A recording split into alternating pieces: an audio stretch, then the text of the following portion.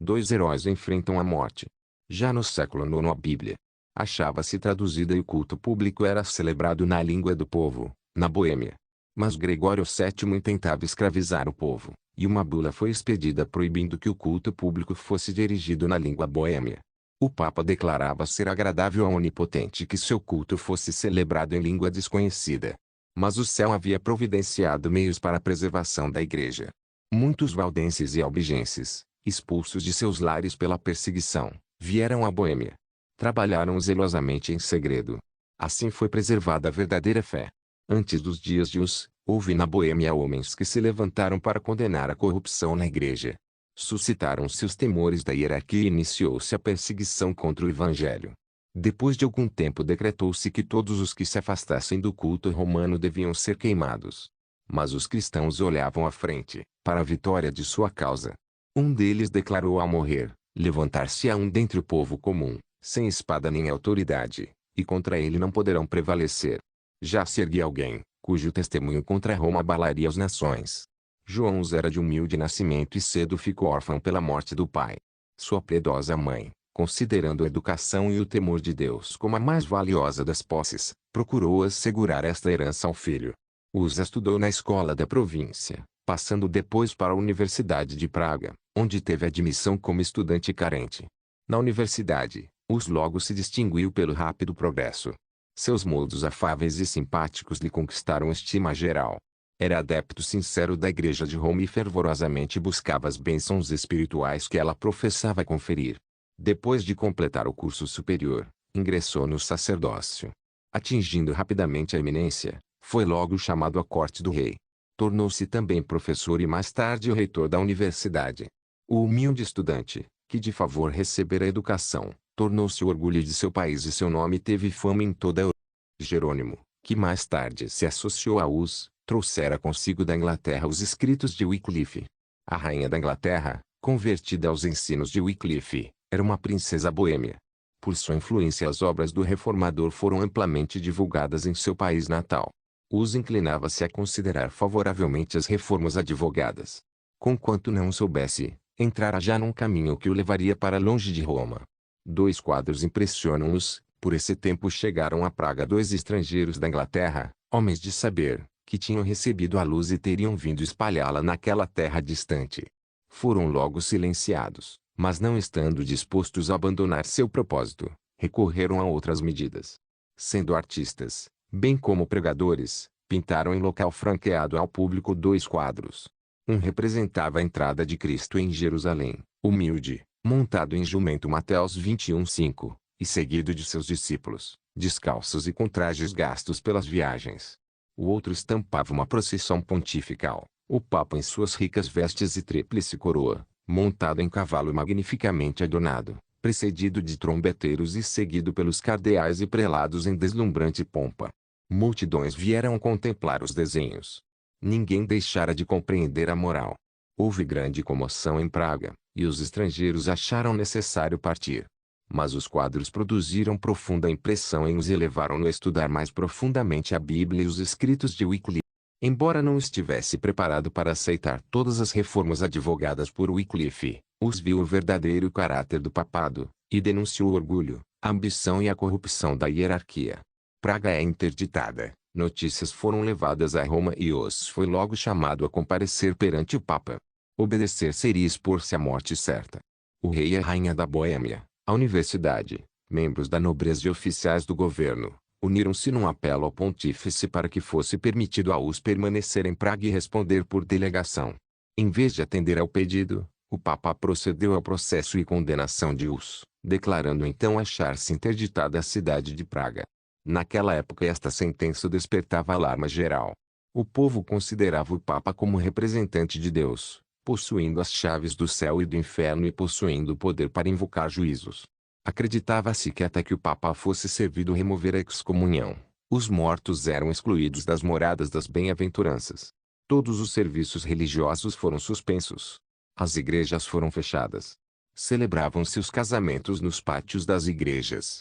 Os mortos eram sepultados sem ritos em fossos ou no campo. A cidade de Praga encheu-se de tumulto. Uma classe numerosa denunciou-os e exigiu que ele fosse entregue a Roma. Para acalmar a tempestade, o reformador retirou-se por algum tempo à sua aldeia natal. Ele não cessou seus labores, mas viajou pelos territórios circunjacentes, pregando a multidões ávidas. Quando serenou a excitação em Praga, os retornou a fim de continuar a pregação da palavra de Deus. Seus inimigos eram poderosos, mas a rainha e muitos nobres eram seus amigos, e o povo em grande parte o apoiava. Hus estivera sozinho em seus labores. Agora Jerônimo uniu-se à obra de reforma. Daí em diante os dois estiveram ligados durante toda a vida, e na morte não deveriam ser separados. Quando as qualidades que constituem a verdadeira força de caráter, Hus era o maior.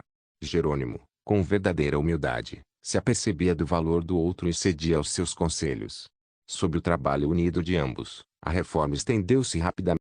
Deus permitiu que grande luz resplandecesse no espírito daqueles homens escolhidos, revelando-lhes muitos dos erros de Roma, mas eles não receberam toda a luz que devia ser dada ao mundo.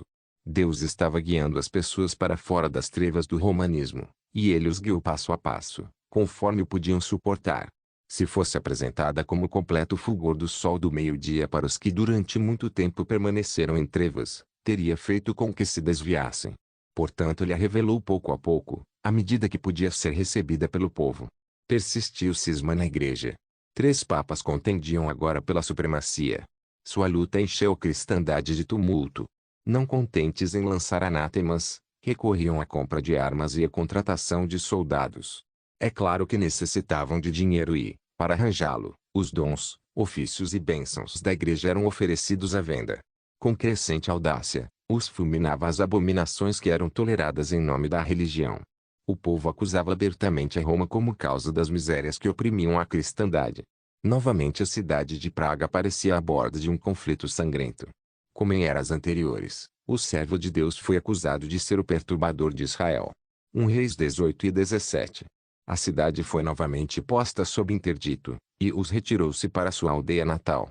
Ele deveria falar a um cenário mais amplo, a toda a cristandade, antes de depor a vida como testemunha da verdade.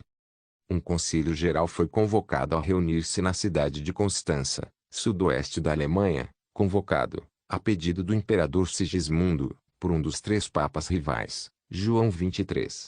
O Papa João, cujo caráter e política mal poderiam suportar exame, não ousou opor-se à vontade de Sigismundo. O principal objetivo a ser cumprido era apaziguar o cisma da igreja e desarraigar a heresia. Os 2 antipapas foram chamados a comparecer, bem como João Hus. Os primeiros foram representados por seus delegados. O Papa João compareceu com muitos pressentimentos, temendo ser chamado a prestar contas pelos vícios que haviam infelicitado a tiara, bem como pelos crimes que a haviam garantido. Não obstante, fez sua entrada na cidade de Constança com grande pompa, acompanhado de eclesiásticos e um séquito de cortesões.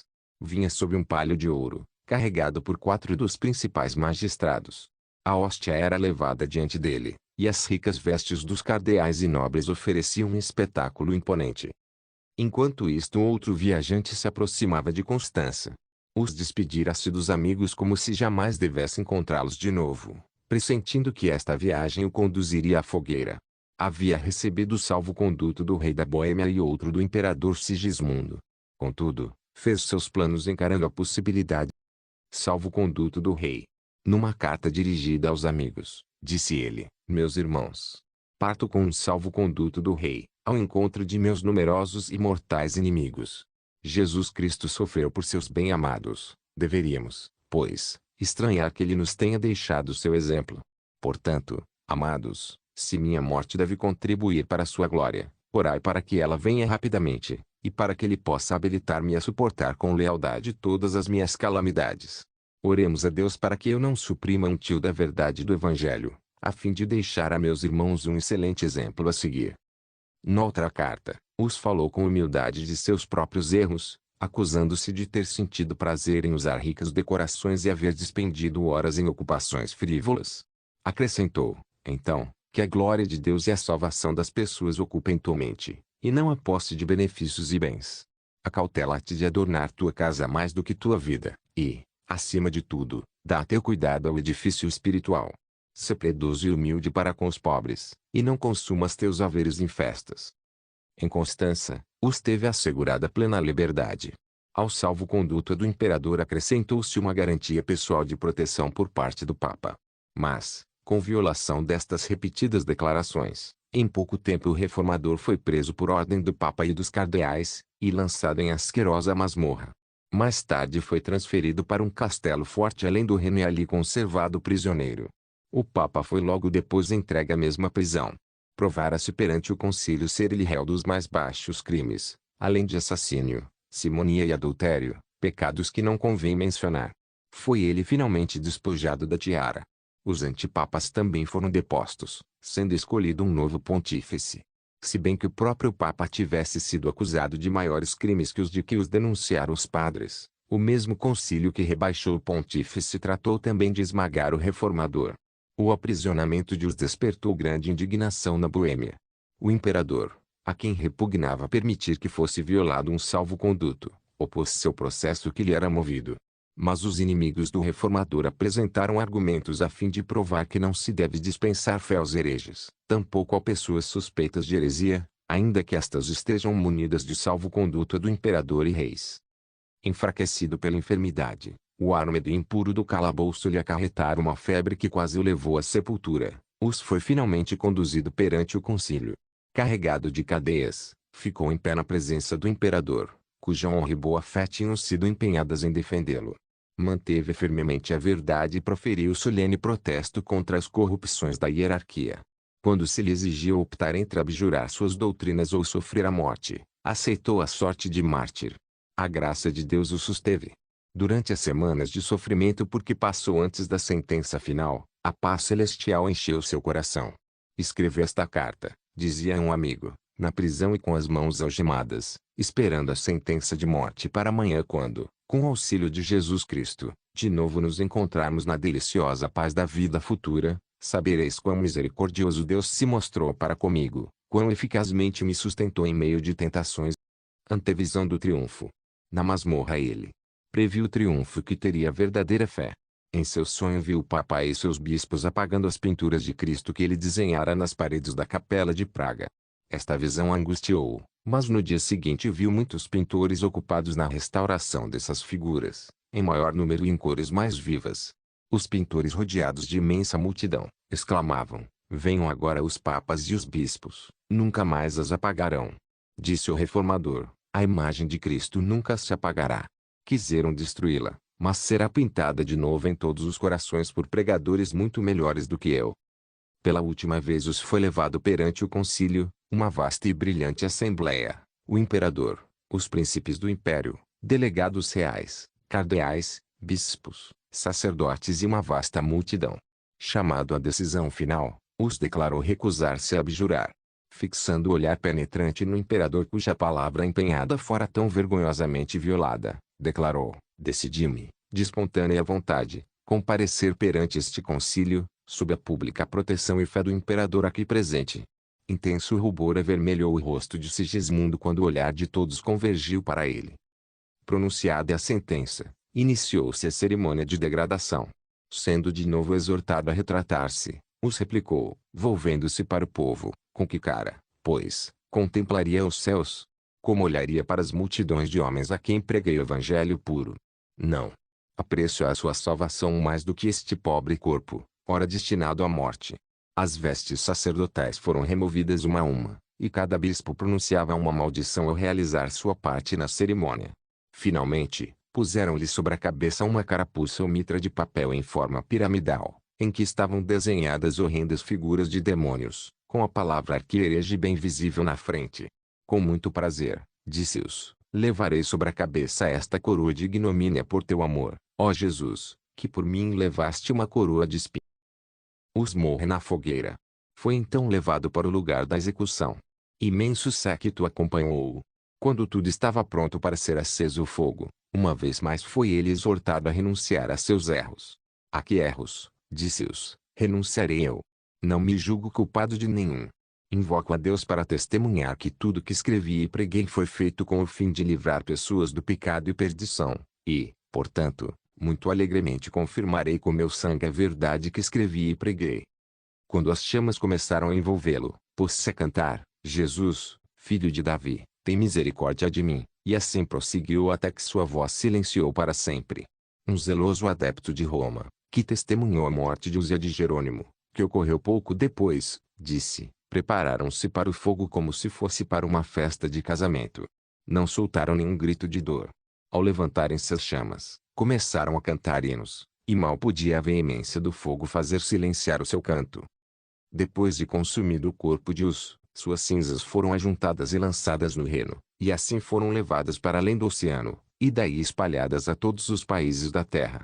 Em terras ainda desconhecidas elas produziriam fruto abundante em testemunho da verdade. A voz que falara no recinto do concílio em Constança despertou ecos que seriam ouvidos através de todas as eras vindouras. Seu exemplo animaria multidões a permanecerem fiéis em face da tortura e morte. Sua execução patenteou ao mundo inteiro a pérfida crueldade de Roma. Os inimigos da verdade promoveram a causa que em vão pensavam destruir. Contudo, o sangue de mais uma testemunha deveria testificar da verdade. Jerônimo havia exortado Uz a que tivesse coragem e firmeza, declarando que se este caísse em algum perigo, ele próprio acudiria em seu auxílio. Ouvindo acerca da prisão do reformador, o fiel discípulo imediatamente se preparou para cumprir a promessa. Sem salvo-conduto, partiu para Constança. Ali chegando, convenceu-se de que apenas se havia exposto ao perigo, sem nada poder fazer em favor de Uz. Fugiu da cidade, mas foi preso e conduzido de volta em ferros. Ao seu primeiro aparecimento perante o concílio, suas tentativas de responder foram defrontadas com clamores: as chamas! Que vai as chamas! Foi lançado numa masmorra e alimentado a pão e água. As crueldades da prisão causaram-lhe uma enfermidade que lhe pôs em perigo a vida. Seus inimigos, receosos de que ele pudesse escapar, trataram-no com menos severidade, posto que permanecesse na prisão durante. Jerônimo se submete ao concílio. A violação do salvo-conduto de Uz suscitara uma tempestade de indignação. O concílio decidiu, em vez de queimar Jerônimo, obrigá-lo a retratar-se. Ofereceu-lhe a alternativa de abjurar ou morrer na fogueira. Enfraquecido pela moléstia, pelos rigores do cárcere e pela tortura da ansiedade e apreensão, separado dos amigos e desanimado pela morte de Uz, a fortaleza de Jerônimo cedeu.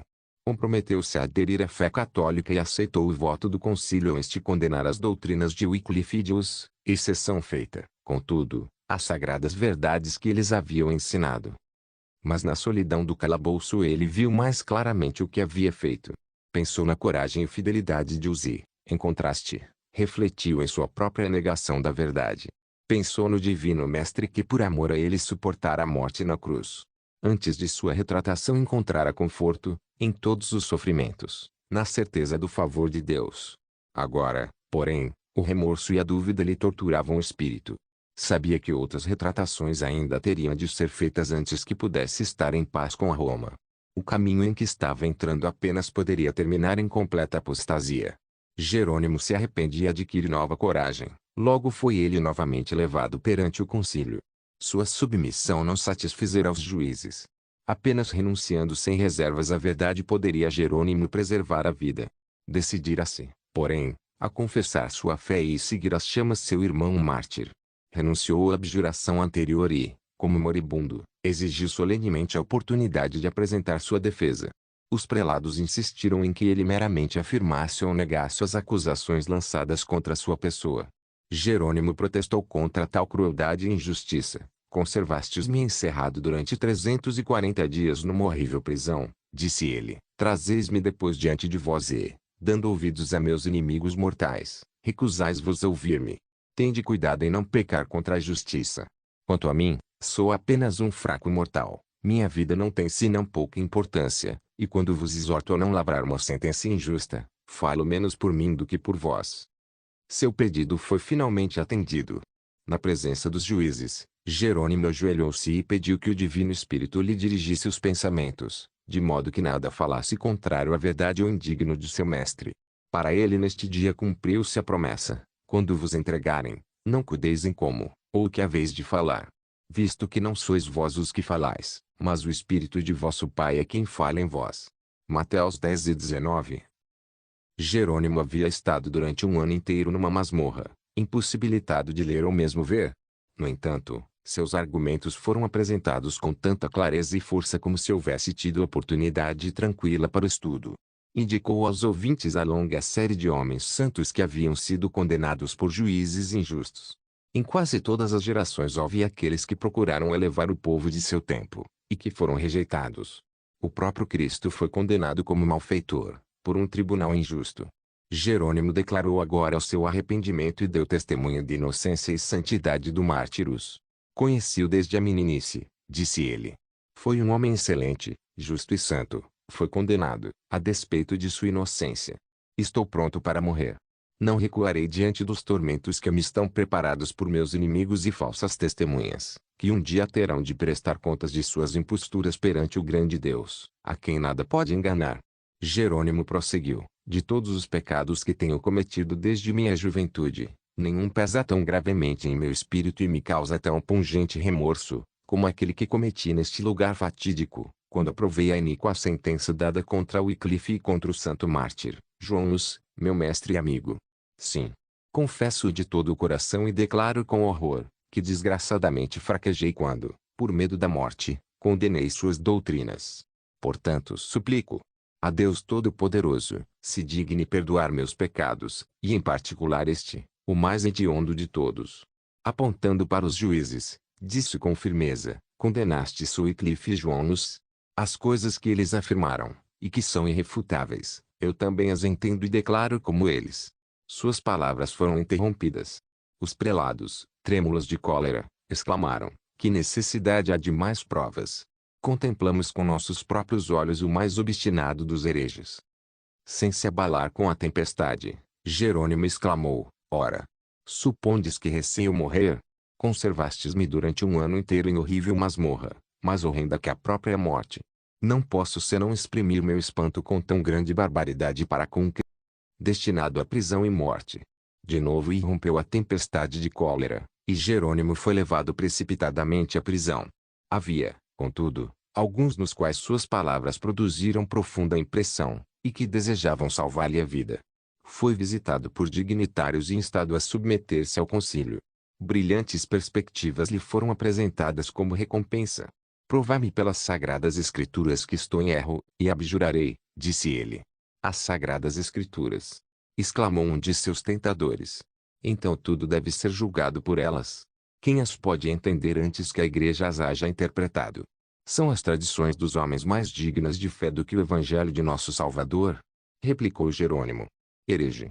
Arrependo-me de ter me empenhado tanto tempo contigo. Vejo que és impulsionado pelo diabo. Sem demora foi levado ao mesmo local em que os rendera a vida. Ele fez o trajeto cantando, tendo o semblante iluminado de alegria e paz. Para ele, a morte havia perdido o terror. Quando o carrasco, estando para acender a fogueira, passou por detrás dele, o mártir exclamou: ponha fogo à minha vista. Se eu tivesse medo, não estaria aqui. Suas últimas palavras foram uma oração: Senhor, Pai Todo-Poderoso, tem piedade de mim, e perdoa os meus pecados, pois sabes que sempre amei tua verdade. As cinzas do mártir foram reunidas e, tal como ocorrera com as de Hus, lançadas ao reno. Assim pereceram os fiéis porta-luzes de Deus. A execução de Hus acendera uma chama de indignação e horror na Boêmia. A nação inteira declarou ter sido ele um fiel ensinador da verdade. O concílio foi acusado de assassinato. Suas doutrinas atraíam agora maior atenção do que antes, e muitos foram levados a aceitar a fé reformada. O Papa e o Imperador uniram-se para aniquilar o movimento, e os exércitos de Sigismundo foram lançados contra a Boêmia. Surgiu, porém, um libertador. Zisca, um dos mais hábeis generais de seu tempo, foi o chefe dos boêmios. Confiando no auxílio de Deus, o povo resistiu aos mais poderosos exércitos que contra ele se poderiam levar. Reiteradas vezes o imperador invadiu a Boêmia, apenas para ser repelido. Os hussitas ergueram-se acima do temor da morte, e nada poderia resistir a eles. O bravo Zisca morreu, mas seu lugar foi preenchido por Procópio, que em alguns sentidos era um líder ainda mais. O Papa proclamou uma cruzada contra os hussitas. Uma imensa força foi lançada contra a Boêmia, tão somente para sofrer terrível derrota. Outra cruzada foi proclamada. Em todos os países papais da Europa, homens, dinheiro e munições de guerra foram reunidos. Multidões congregavam-se sob o estandarte papal. A numerosa força entrou na Boêmia. O povo arregimentou-se para repeli-la. Os dois exércitos se aproximaram um do outro, até que havia entre eles apenas um rio. Os cruzados constituíam força grandemente superior, mas em vez de se arremessarem através da torrente e travar batalha com os hussitas a quem de longe haviam vindo combater, ficaram a olhar em silêncio para aqueles guerreiros. Subitamente, misterioso terror caiu sobre os soldados. Sem desferir um golpe, aquela poderosa força debandou e espalhou-se, como que dispersa por um poder invisível. O exército hussita perseguiu os fugitivos e imenso despojo caiu na mão dos vitoriosos. A guerra, em vez de empobrecer os boêmios, enriqueceu-os. Poucos anos mais tarde, sob um novo papa, promoveu-se ainda outra cruzada. Vasto exército entrou na Boêmia. As forças hussitas recuaram diante deles, arrastando os invasores cada vez mais para o interior do país, levando-os a contar com a vitória já alcançada. Finalmente o exército de Procópio avançou para dar-lhes combate. Quando se ouviu o ruído da força que se aproximava, mesmo antes que os hussitas estivessem à vista, um pânico de novo caiu sobre os cruzados. Príncipes, generais e soldados rasos, arrojando as armaduras, fugiram em todas as direções. A derrota foi completa, e novamente um imenso despojo caiu nas mãos dos vitoriosos. Assim, pela segunda vez, vasto exército de homens aguerridos, treinados para a batalha, fugiu sem dar um golpe, diante dos defensores de uma nação pequena e fraca. Aquele que pôs em fuga os exércitos de Midian diante de Gideão e seus 300, uma vez mais estendera sua mão. Juízes 7:19-25, Salmos 53. Traídos pela diplomacia. Os líderes papais recorreram finalmente à diplomacia. Adotou-se um compromisso mútuo que, traindo aos boêmios, entregou-os ao poder de Roma. Os boêmios haviam especificado 4 pontos como condições de paz com a Roma. 1. Livre pregação da Bíblia. 2. O direito da igreja toda, tanto ao pão como ao vinho na comunhão, e o uso da língua materna no culto divino. 3. A exclusão do clero de todos os ofícios e autoridades seculares. E 4. Nos casos de crimes, a jurisdição das cortes civis tanto para o clero como para os leigos. As autoridades papais concordaram que os 4 artigos fossem aceitos, mas que o direito de os explicar deveria pertencer ao concílio, ou, em outras palavras, ao papa e ao imperador. Roma ganhou, pela dissimulação e fraude, o que não tinha conseguido pelo conflito. Aplicando sua própria interpretação aos artigos hussitas, como a escritura é sagrada, poderia perverter seu sentido, de modo conveniente a seus propósitos. Uma classe numerosa na Boêmia, vendo que isso traía sua liberdade, não se conformou com o tratado. Surgiram dissensões, que levaram à contenda entre eles próprios. O nobre Procópio sucumbiu, e acabou a liberdade da Boêmia. Exércitos estrangeiros invadiram de novo a Boêmia, e aqueles que permaneceram fiéis ao Evangelho foram sujeitos a uma perseguição sanguinolenta. Contudo, sua firmeza era inabalável. Obrigados a refugiar-se nas cavernas, congregavam-se ainda para ler a palavra de Deus e unir-se em seu culto. Por meio de mensageiros enviados secretamente a diversos países, souberam que entre as montanhas dos Alpes havia uma antiga igreja, apoiada no fundamento das Escrituras e protestando contra as corrupções idolátricas de Roma. Com grande alegria iniciou-se correspondência com os cristãos valdenses. Firmes no Evangelho, os boêmios esperaram através da noite de sua perseguição, ainda volvendo os olhos para o horizonte na hora mais tenebrosa, semelhantes aos homens que esperam a